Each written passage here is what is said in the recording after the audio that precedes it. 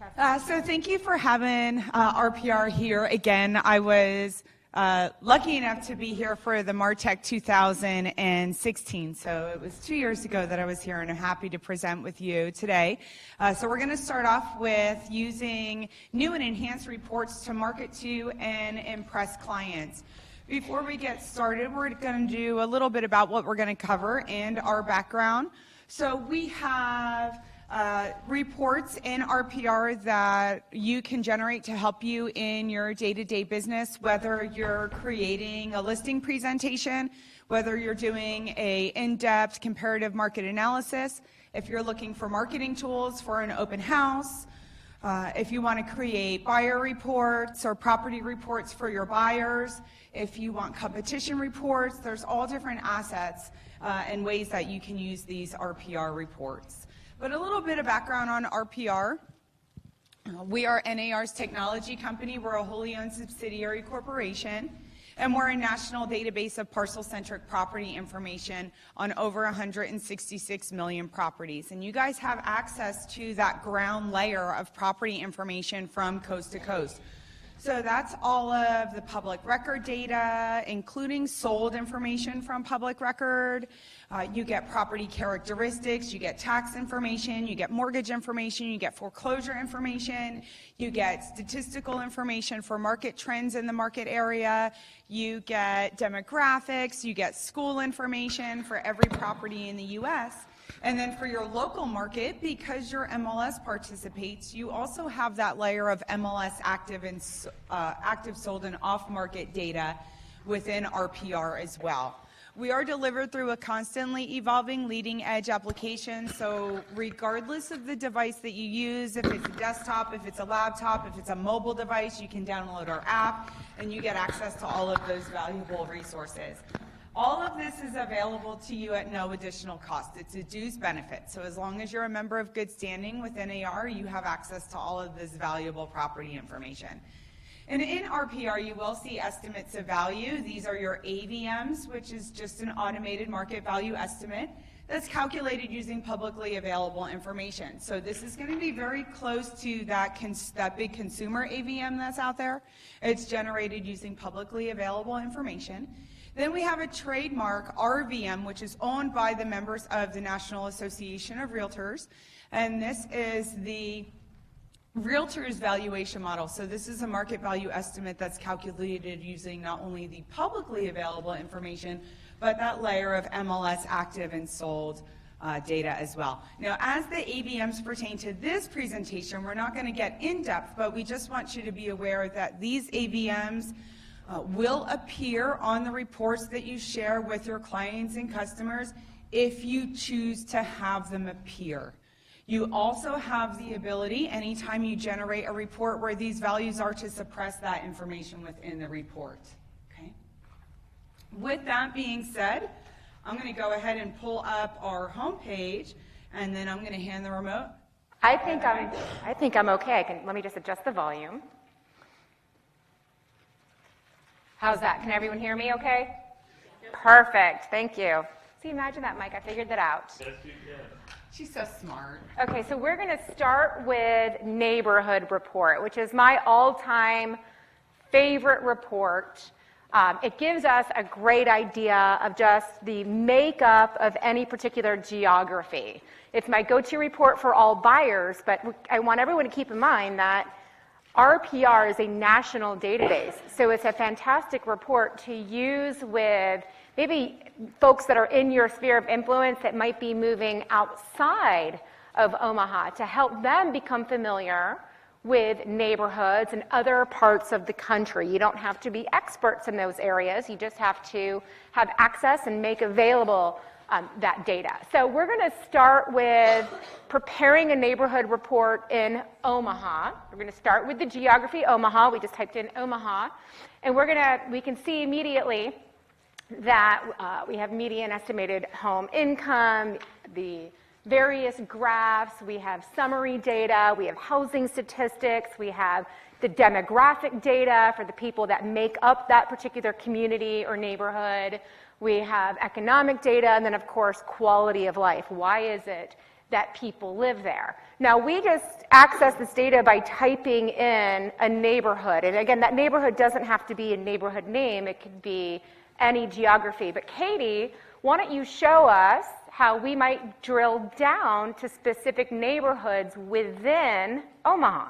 Well, thank you. I just made you that. When you start with that kind of larger component, maybe you're working with a buyer who's new to the area, and you start with that general, roundabout Omaha. When you get into that market of that neighborhood information, we have a link where you can view Omaha in a map view. And depending on your zoom level, to the top of the map, you have an option to show geographies. And within here, you have a link for zip codes. So that's going to break down the area of Omaha into different components. So at that point, you could click on any general zip code, and then you have the ability to create a neighborhood report for that zip code. Pretty cool, right? Do you have an example of a neighborhood report? I do have an example of a neighborhood report. What you see with the RPR reports are pretty much what you're going to get. And my neighborhood report kind of disappeared on me, so let me go ahead and pull one up. And this is going to be true for all of our reports. Okay. This is an agent bio. It's going to roll through the housing. It's going to roll through the people, population, age range, education levels, households with children, households without children, your economy, and then it's going to round things out with quality of life and walkability. Okay. Perfect. All right, let's talk a little bit about school report, because neighborhood report, they're great for buyers, maybe reload customers that are coming in, they're not quite sure where they want to buy, and producing those neighborhood reports for the various areas. But anytime I find that I have customers with young children, they always want to know what the schools are like. So I feel like school report goes hand in hand with the neighborhood report. Now, we can access school reports we can just go right back to our main search like Katie's about to do, or we can go to our home page, search under the school tab, and we can search for schools by by a geography or by school district. So let's start with just Omaha, Nebraska, and pull up the various schools that are in zip code 68124. When we search for that, we'll see all of the schools. Now, this data is provided by Niche. They're a new school provider. So if you've ever used RPR for a school report, this is a new data provider. We just implemented the Niche data about a month ago, so I think you might be one of the first audiences to actually see this data. And rather than having the schools graded with a number grade, in the past it was a 7 out of 10. Now it's a letter grade. It's much more current data. Let's go ahead and hone in on Sunset Hills. You want to hone in on Sunset Hills Elementary, for example? We can do that in a minute, but first, I do like to point out one of the new updates that RPR has is the ability to print pages of data. So because Niche pulls together not only public schools from the market area, but it's also going to pull magnet schools, charter schools, and private schools. So if they just want a list of the general schools, on the upper right-hand side, we're going to have a link that says print this page. Okay, so you can print out just that general link to that school information. But Lisa, I'll be happy to click on Sunset Hills Elementary School. Fantastic. And we can see we have the summary tab, we have the comparisons and ratings, the school facts, how it compares to the other schools in the area. And lastly, Katie's going to go ahead and click on the Create Report button. Will take us directly to the report builder. You can see that school report is at the very bottom of the list. Why is that? Because it's the least generated report in RPR. But Lisa, there has to be more than one reason to use the school report. I've actually been thinking about some of the ways that I create school reports. And not only do I create it with buyers that I'm working with, but I always go back to my sphere of influence and I think about what I know about the families, with any families that have children that are about to transition to a new school, maybe from 5th grade to 6th grade going into middle school, 6 to 9 months in advance of the end of the school year or of that transition. I always go back, create school reports, and use that as a touch point with my sphere of influence. Prepare that school report and just send, hey, I'm just thinking about you. I know that next year your son or daughter will be transitioning to middle school or to high school. I just wanted you to have some data on that school they're transitioning to. I think it's a great time for people to start thinking about whether they want to stay in the existing school district or make a move, and that's a great time to go ahead and list their property. That's awesome, Lisa. You must be a really good agent. I try. So in addition to school report and neighborhood report, we're kind of talking about buyers, right? Another report that I create all the time for buyers is what I call a property report. It's my go-to report for buyers. If anyone ever has a question about a property, whether I'm in the car or I'm sitting in the office or it's at home and I'm helping my kids with their homework, I get that phone call like, what can you tell me about 123 Main Street? I always create a property report and then send that to the person that's inquiring about the property. It's also a report that I like to create for a serious buyer. Let's say a buyer that I've been showing property to, it's found a property, it's something that it's a property that they're seriously interested in. I create a report.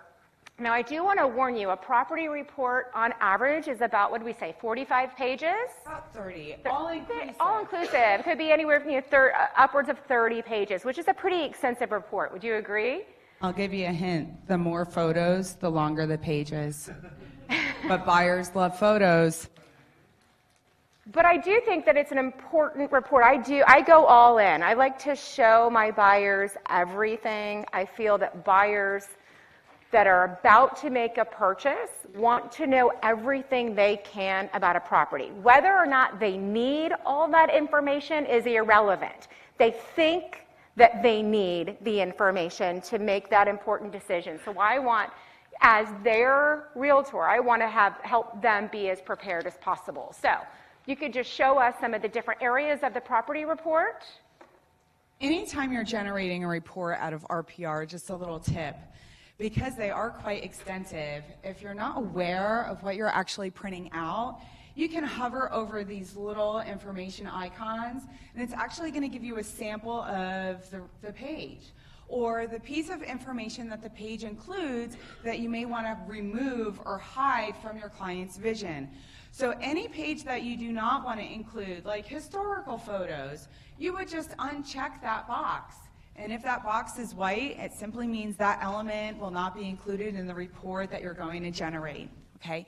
Now, our property report does contain the property history, the property characteristics, all of those neighborhood demographic information, as well as the school summary. Now, you can limit some of the information like property photos, okay? You can suppress information, and then of course, guys, all of our reports you can personalize for the client that you're sending them to. You can type in a call to action to your client. You can email them directly to them. Multiple email addresses are just separated by a comma, and you can also download them just to your own desktop, or you can send them as an attachment through your own email, share them through Facebook and social media. But just to share with you a sample of our property report. Okay. Now you may see here some additional pieces of information like an agent bio. Okay. As we scroll through those home facts and the location details and the property photos, this is where you can see the report can get quite extensive. We get home value facts and market conditions, flood maps, and it's going to go through the demographics, and it's going to go through all of the housing. Gosh, Lisa. That's a lot of information. That's a lot of information. What if I don't want to give all that information to my buyer? Well, We do have a smaller version of the property report we call it the mini property report. And that's only between 10 and 12 pages. But that is a resource that I usually keep in my back pocket for open houses. Ooh. How many of you hold open houses? So whenever I prepare for an open house, there are 3 reports that I always have on hand. I have my school report, I have my neighborhood report. Of course, anyone that walks through the front door is going to want to know what the schools are like and what the neighborhood's like. But I also create a mini property report. I bind it, it's a nice presentation, but I stamp the cover office copy. Or I just write real big, if I don't have a stamp, sample. Or something that lets that buyer know they cannot walk out the door with my report. And I greet them at the door, welcome to, 101 Main Street, whatever it is. I show them the reports that I have, and I say to them, this is unfortunately the only copy that I have, but if you would like your own copy, I would be happy to email it to you. And I actually have my iPad with me at the open house. I have a landing page on my website where they can just type in or just enter in their own email address, and then that will allow me to collect their contact information. I don't have to read their handwriting on just a simple open house sign-in sheet. And then after they walk out, I immediately send them the mini property report. Now, because that property report I've already created it in advance, it's going to be in my history. My reports are stored in my account for 30 days.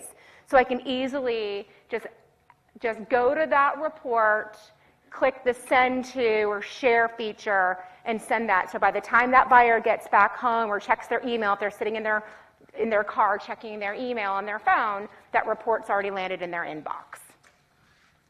So that's how I would use it with an open house. There you go. Just rerun the report, share on Facebook. Hey, Lisa, when you're doing an open house, what other reports would you use? I think the open house flyer, or no, sorry, when I say the open house flyer, the one-page flyer, and I mark it on it that it's an open house. The very first report here, or the property flyer, here we go, allows me to create a flyer for any property. So how many of you ever hold open houses on properties that aren't your own listings? I'm sure it happens all the time, right? So I would create an open house flyer, a one-sheet flyer, and I sometimes will send that out to the neighbors in advance. And then also, after the property sells, Katie, I revise that flyer. I list it now as sold, and I send it to all the neighbors as well. So now, not only am I using this as an open house tool, I'm using it as a prospecting tool for new listings in the immediate area. Nifty. Yes.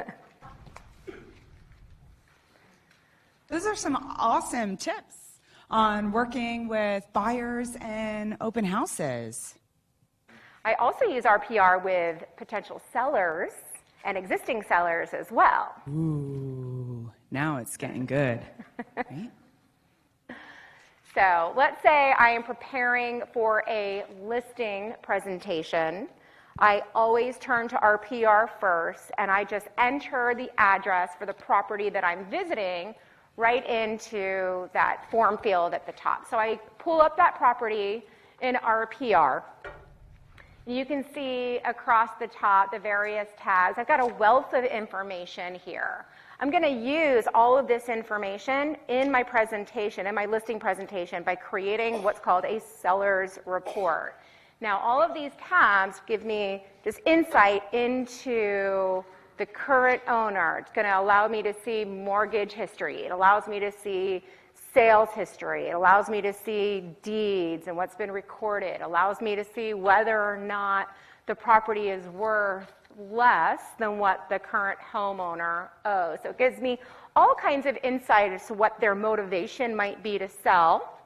I go through the various tabs. I try to evaluate the property as best as possible. Do you want to show the refined value and the CMA real quick and before we create our report? I will. Now, as you can see in the sample property in front of you, we already have some values in there, and that's just for time's sake. But if we break down the RVM, there are some key features that we like to point out because they are such discussion points when you're working with validating pricing for a property. So let's go ahead and start with our RVM value. We can see the RVM value, which is analyzed both off of public record data as well as MLS active sold and off-market data, is set to 215,000. You're going to see right in the middle that does have a range applied to it because that's based off of the condition of the property. And then we have a confidence score just below that. Let me tell you how the math works with a confidence score.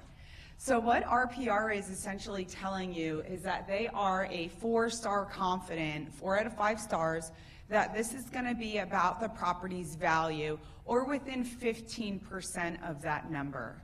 Because in the properties that were automatically selected, not a CMA, automatically selected to generate the value, those properties sold within 15% RVM to sales price ratio 90% of the time.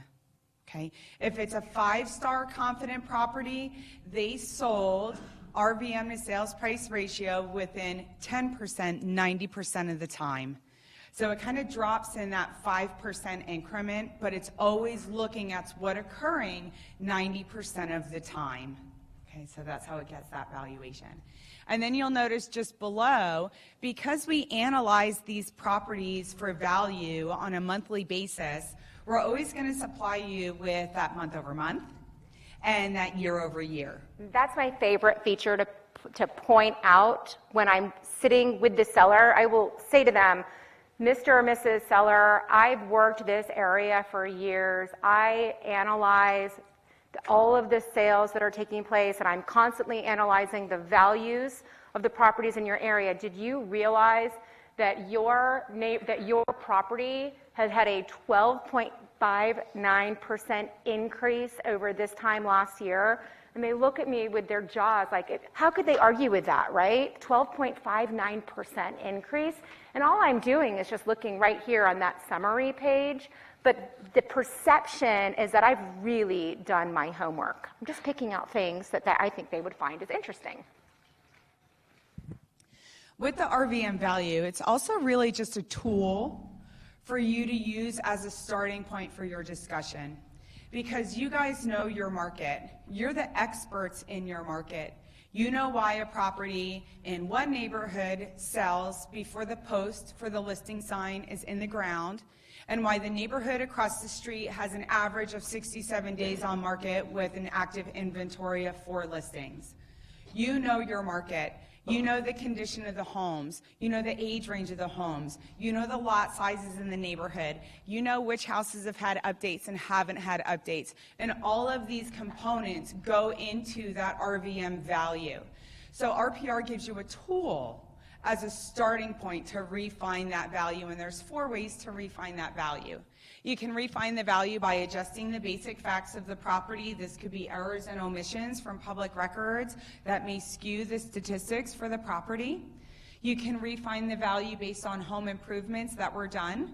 These home improvements are put on a 20-year depreciation scale, and the values are determined by the region of the country that the property is located in, so it is a regional scale.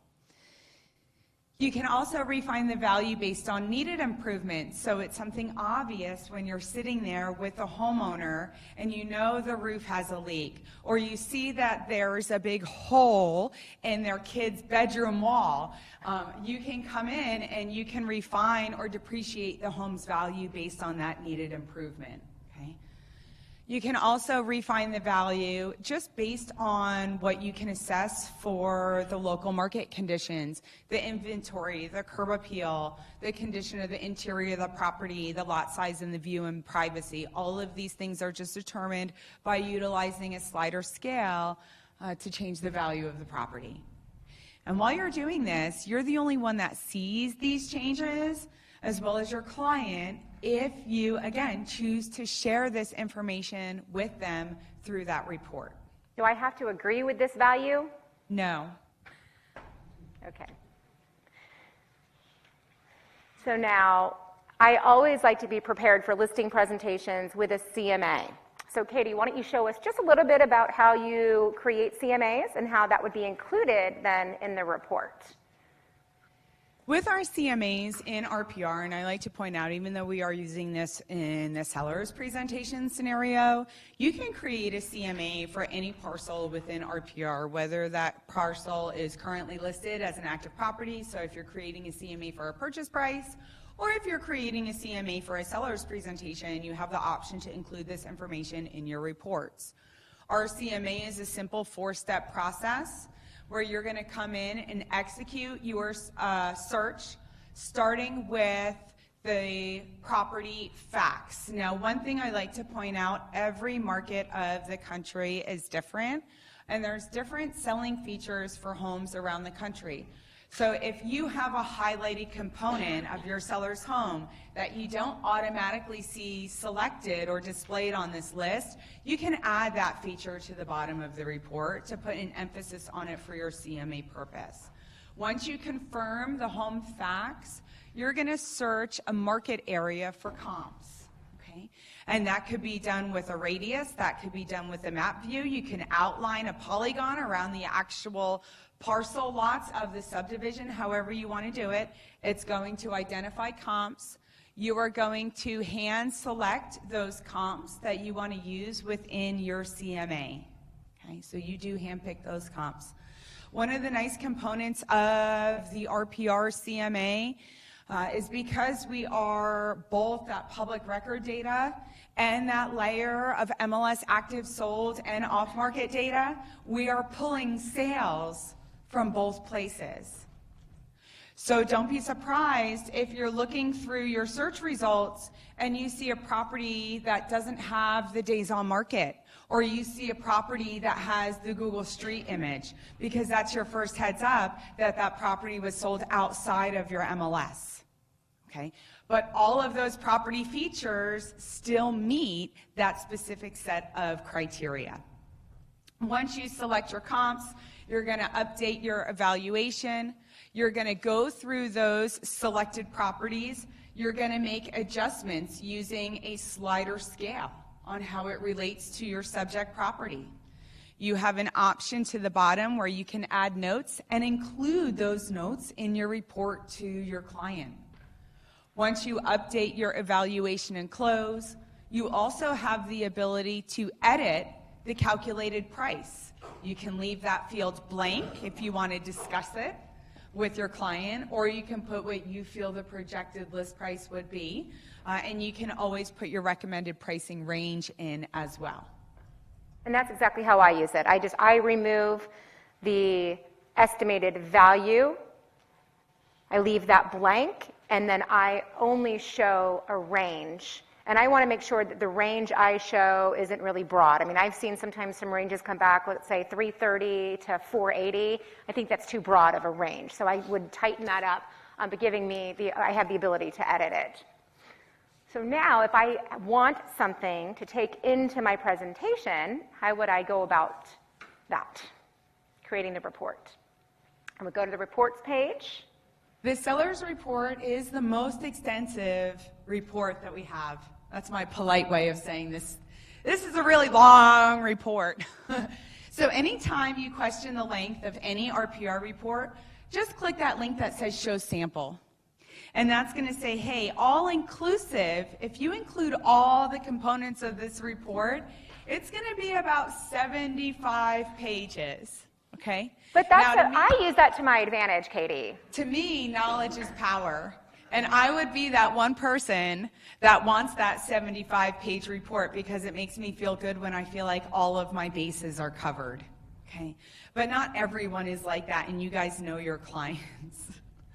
So again, you do have the ability to go into show those details and pick and choose those elements that you choose to include. And if I mind, can I kind of steal the floor for a minute, Lisa? Sure.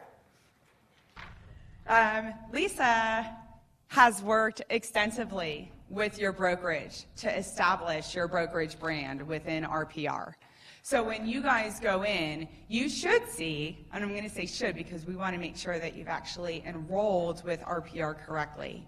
If you've enrolled with RPR correctly and you set up your username and linked your MLS, you should see in the upper left-hand side of your homepage your NP Dodge logo. Does everyone see their logo in their RPR accounts?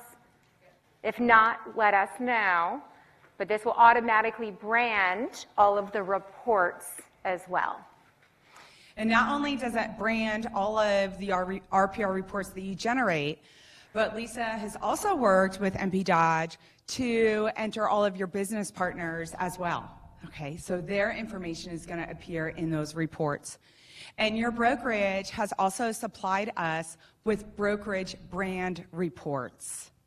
Okay, and these are available to all of you to use within any RPR report that you generate. So when you go in to create your report, at the very top, you're going to see a link that says custom pages.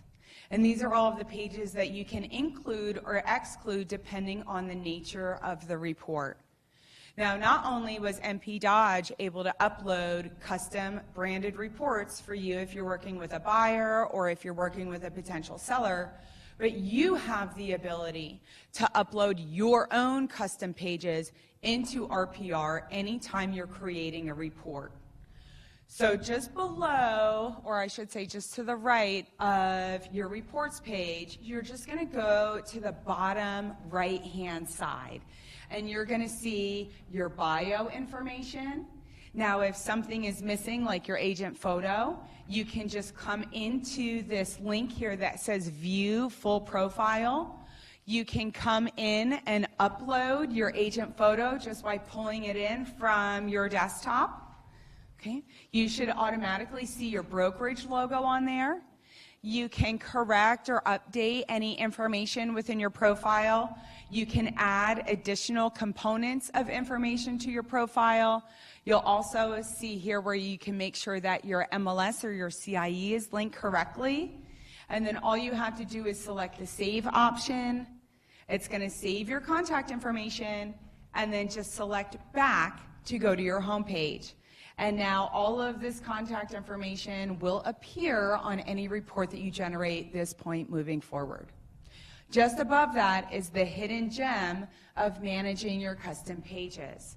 So when we click into Manage Custom Pages, you're going to see the brokerage reports that are available. If you haven't seen these reports, you can click the link that says View Page, and it's going to go ahead and open the report so you can view the report and get familiar with which ones you want to include depending on the nature of the report that you're generating. You also have the ability to opt to put these reports at the beginning of an RPR report or at the end of the RPR report. Okay? Then you also have the ability to add your own. Okay?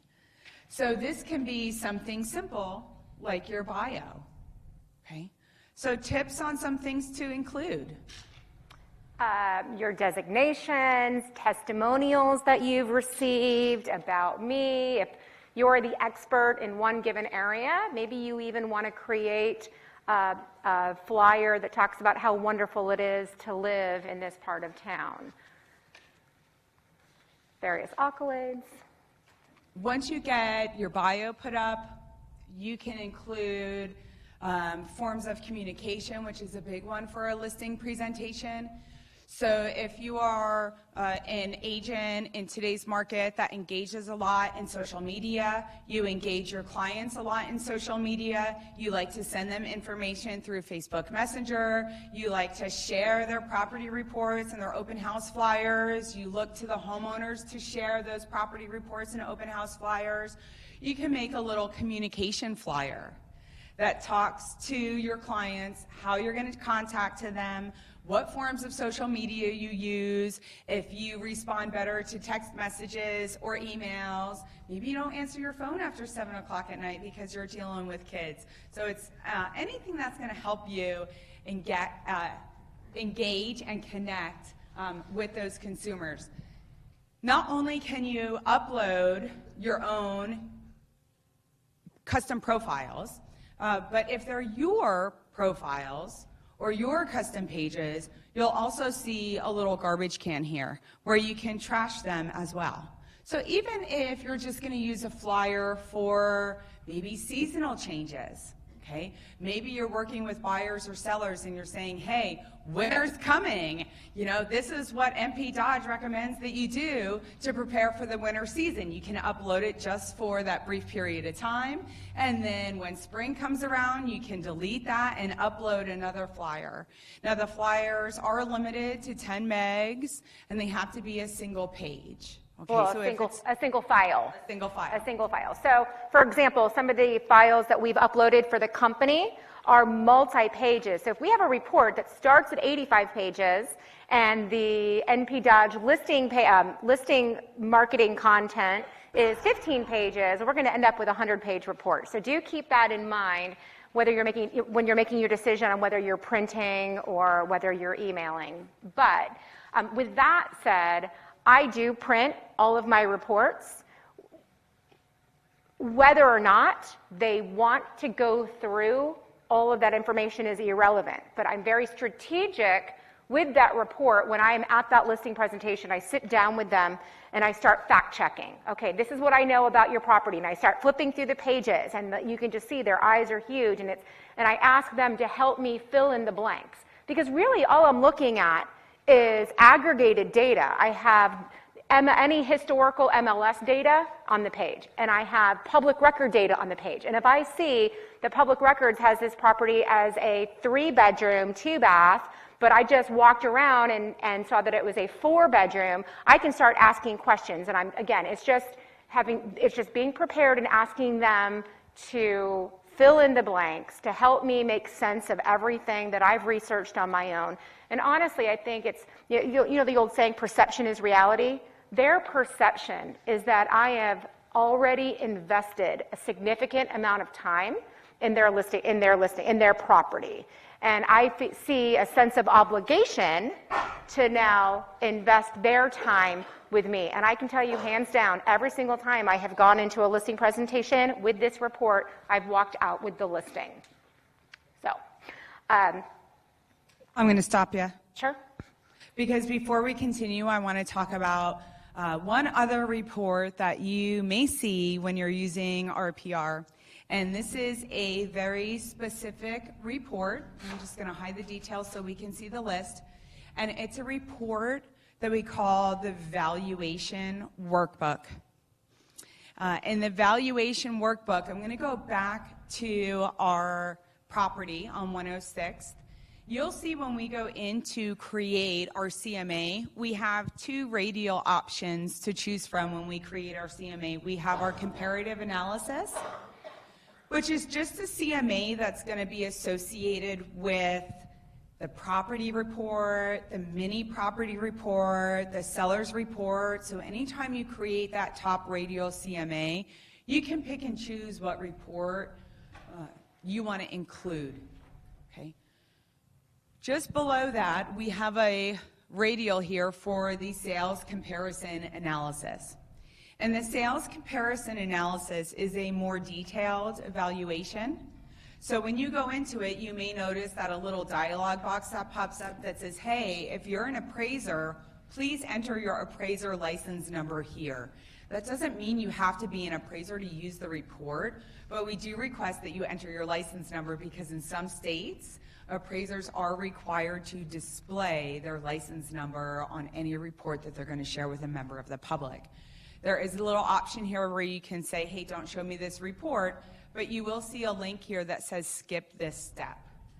And then this is going to bring you into, again, a more detailed CMA analysis.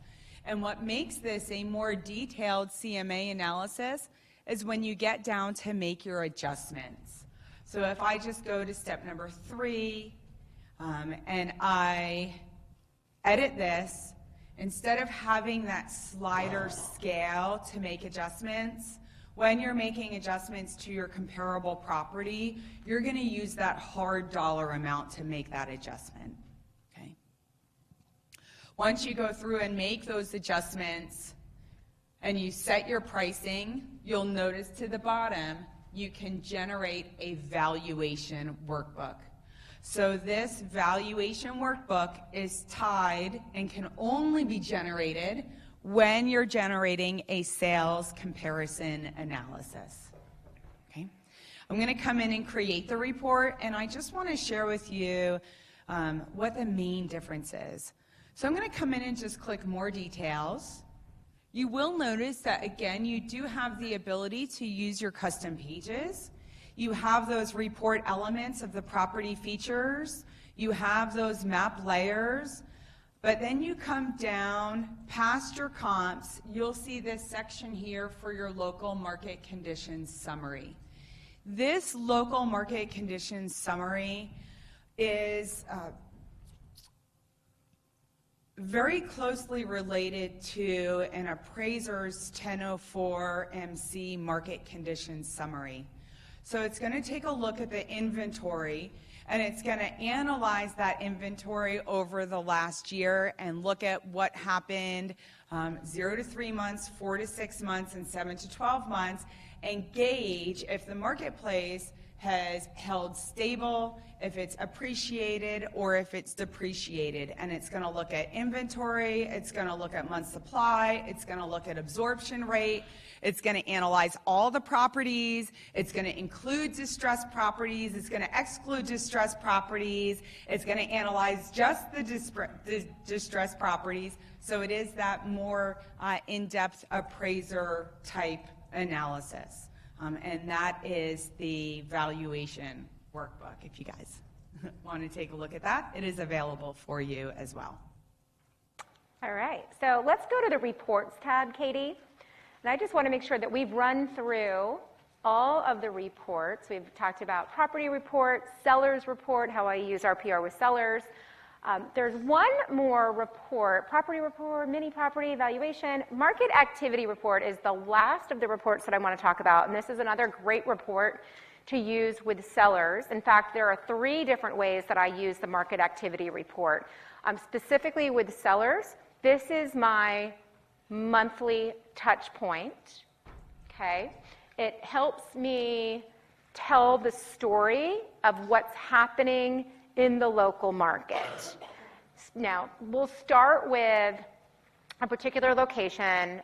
Let's just use a zip code. Now, the greatest thing about RPR is that, again, you can customize the geography. So if you have, let's say, a listing that's in a very large community and there's a lot of activity, like think about your hot sheet, right? New properties that have come on the market, properties that have gone pending, properties that have recently sold. That's what your sellers want to hear and want to know about. So you can create the geography, the area, however large or small you want it. And then you're going to choose a time frame to show those changes. Now, I always show within the last month. I have a standard touch point. I take a listing for, let's say, 6 months, and I schedule out every month what my activity is going to be. Hopefully, I don't go a month without talking to a seller. I might have a problem if that's the case, but at least I have them on a schedule to send them the report, and they know to expect it. So let's go ahead and take a look at this. This is going to show us it's like kin to a hot sheet. It's going to show us those changes in the marketplace. I'm going to make sure that I get this in front of my existing seller, that they review it, and that we talk about it together. Because maybe based off of the information that we're seeing, I need to be asking for a price reduction, and they need to reduce the price of the property. We also look at this as the competition report, so they can see who else came on the market over the past 30 days, and now who they're competing against that they weren't competing against last month. So they actually tend to look forward to this report. You want to talk about how we can drill down, again, based on geography, maybe use the map feature and show how we can create a real simple market activity report from the map. Let's go ahead and get back to our home page. Now, if we're looking at market activity, and we type in, again, that general region of Omaha, Nebraska, again, you just click to that magnifying glass, Maybe you want to look 3 months back. Maybe you want to look 1 month back. I'm a very forgetful person, so I'm not going to worry about that for just a second. And what I'm going to do is, again, go to Show Geographies. So I can look at market activity, again, in specific zip codes. I can look at specific neighborhoods. If school is important, I can look at market activity in particular school zones. And I can come in and right from my touch points on the map, on the upper right-hand side, I have the ability to create that market area activity report. Now, when you come into the more details, you can fine-tune your report right from here.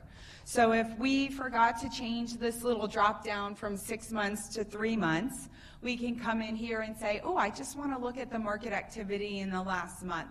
Okay? Maybe you work with luxury home buyers, so you go to a more broad area, but you want to make sure that that market activity is specific to comparable properties. So you do have the ability to not only select the different statuses if you want to monitor new listings, price changes, pendings, recently sold, but you can also pick out the comparable criteria as far as property style. So if you want to make sure you're just looking at single-family homes, if your property is listed at 430, maybe you just want to look at properties that are listed within the range of 400 to 500,000.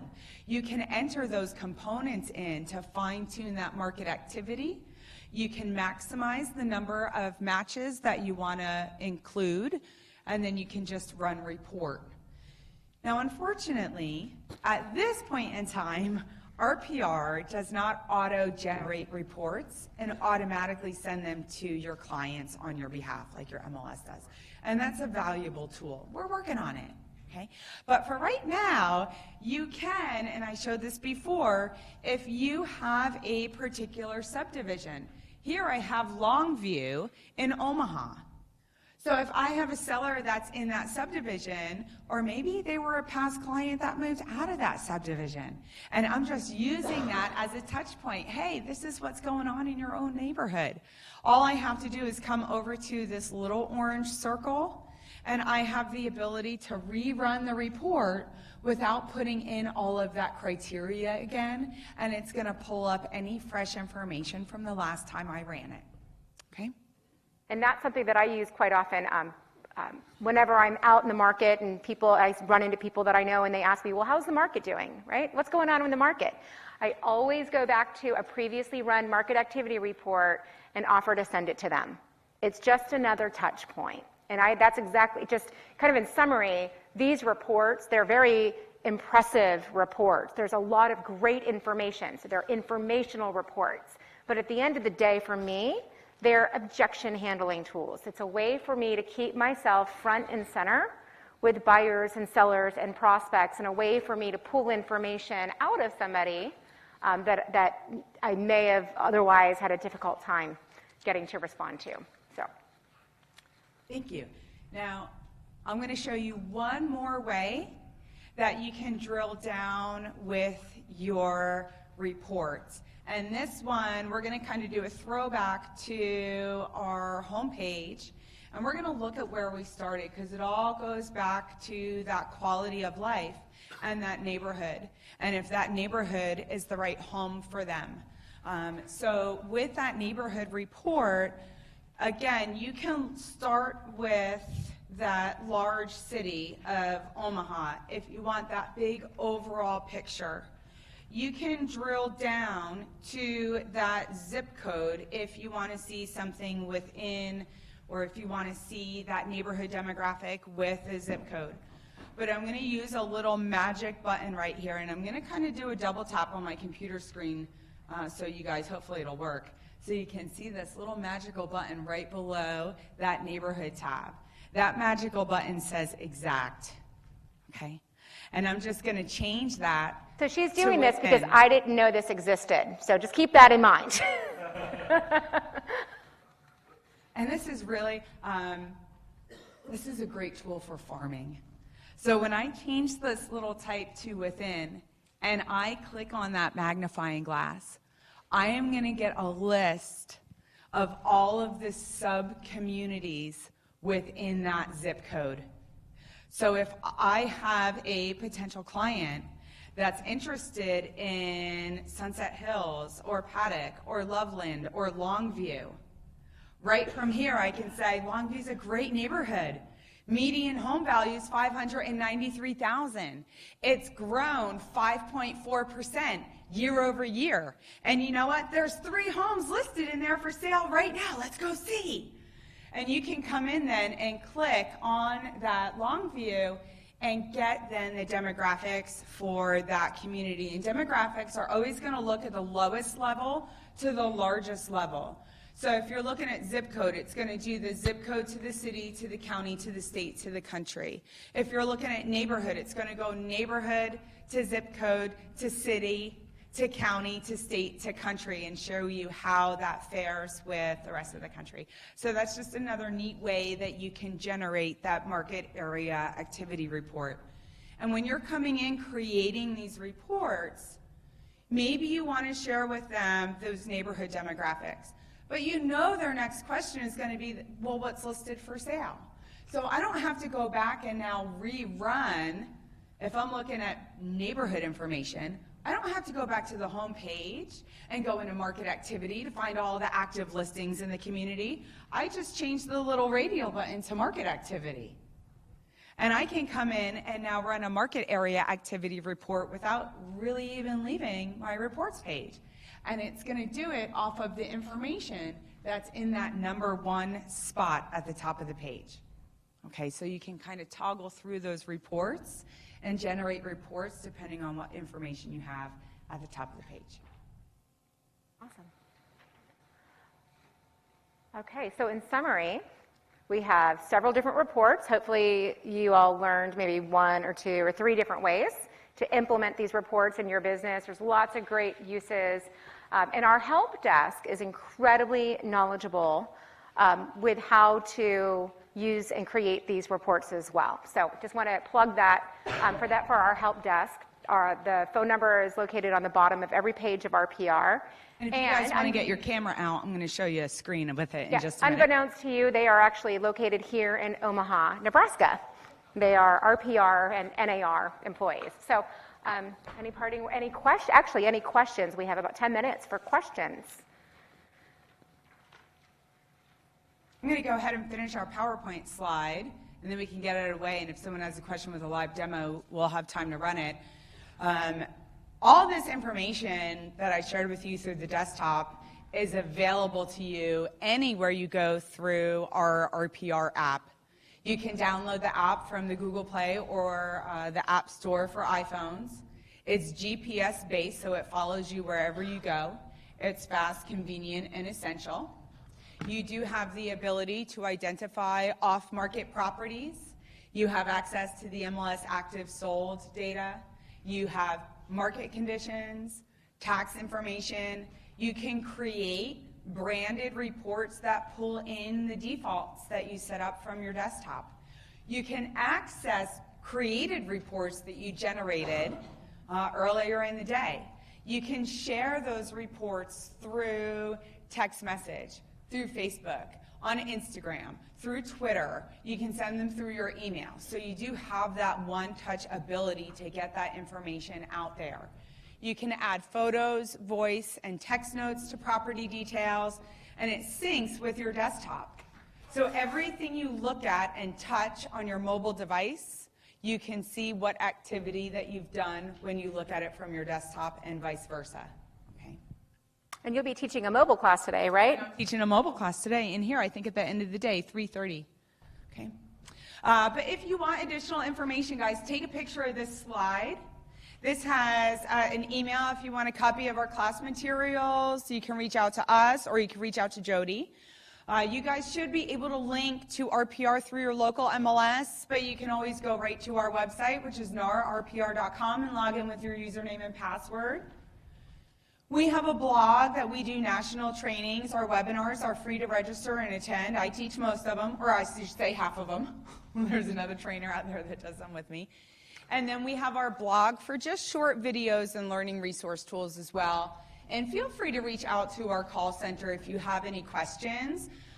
You can call them by phone. We also have a chat button that's on the bottom of the RPR page, where if you just want to type a message in and chat with a help desk representative, they can communicate with you that way as well.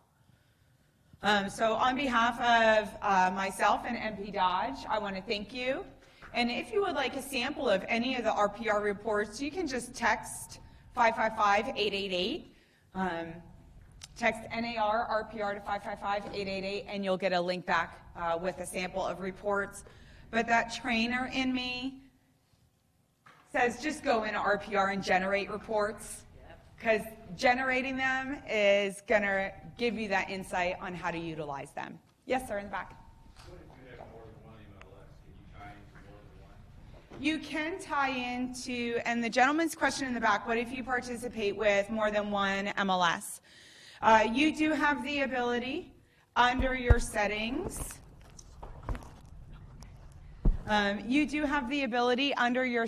Which is your profile. You have the ability to link to all of those MLSs or CIEs, commercial information exchanges, that you participate with. And it will unlock that information so it's visible for you within the RPR platform. Where did you get your school ratings? Schools are a little touchy here. The school radius, the boundaries come from a company. The ratings. The ratings, I'm sorry. The ratings come from a company called Niche. We just replaced our school data provider. It used to be greatschools.org, and now it's this company Niche. They're the fastest growing when it comes to, Could be a problem in Omaha. Former teacher. Two of them in a row. Good teachers. Oh, no. So the ratings, a lot of the ratings, there's an entire, you can go into more information and get a full explanation on how they arrive at the ratings. But they're based on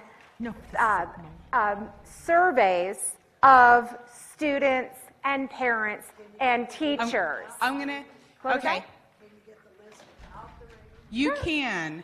Now, when you look at the school, you have the overall grade of the school, and they determine the grade of the school on a sliding scale from like A to E, I think.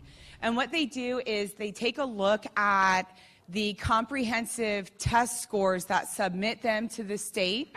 So you're only going to see ratings on schools that submit their test scores to the state. If it's a private school or a charter school and they don't have to go by the same qualifications, they will not have a grade rating. Right, and it will tell you how many respondents there were, how many submitted their grade. For example, ACT scores, right? So if you scroll down to like SAT and ACT, the only way that they can collect that information is from the actual students. So it shows, okay, for this school, the average, where is the ACT score, SAT score, if they have it. Now, again, it's a fairly new provider of data. So if they don't have the information, they don't have enough respondents, and I want to say that they need at least 1,000 respondents, something like that, then they're not going to be able to publish any of that data. But it's going to come from the actual students themselves. It's how they relate to each other in the market. So it's not looking outside of the market. And you can hide reviews from the members of... Where's Sue? Sue! Hey, there's an address that doesn't show up in RPR. If there is an address that doesn't show up in RPR, you need to reach out to our support desk. Okay. And they'll pull from public records. Sometimes, if there's a duplicate address in there, it won't pull it up. Or it just kind of hiccups. Most of the hiccups are usually when the data from our public record provider doesn't match the data from the MLS. Now the other times, though, a lot of it could have to do with the classification. If it's maybe lot and land, It could be categorized as commercial, so you might want to look for the address or even the parcel number in the commercial platform, just by clicking on the little commercial tab in the upper right-hand corner. All right, who has the box? Yes, ma'am. I was just going to say to Jerry that niche, all the high schools use it for colleges and universities and stuff too, so people that maybe haven't been involved with high school kids lately, that is a platform that they do too. Thank you. Thank you. This is a new provider for us, so but we're excited about it. I think we're going to start seeing a lot more of the niche data. I'm already seeing it in some postcards that are being sent out for local charter schools, not charter schools, local private schools. Thank you, ladies. Thank you very much.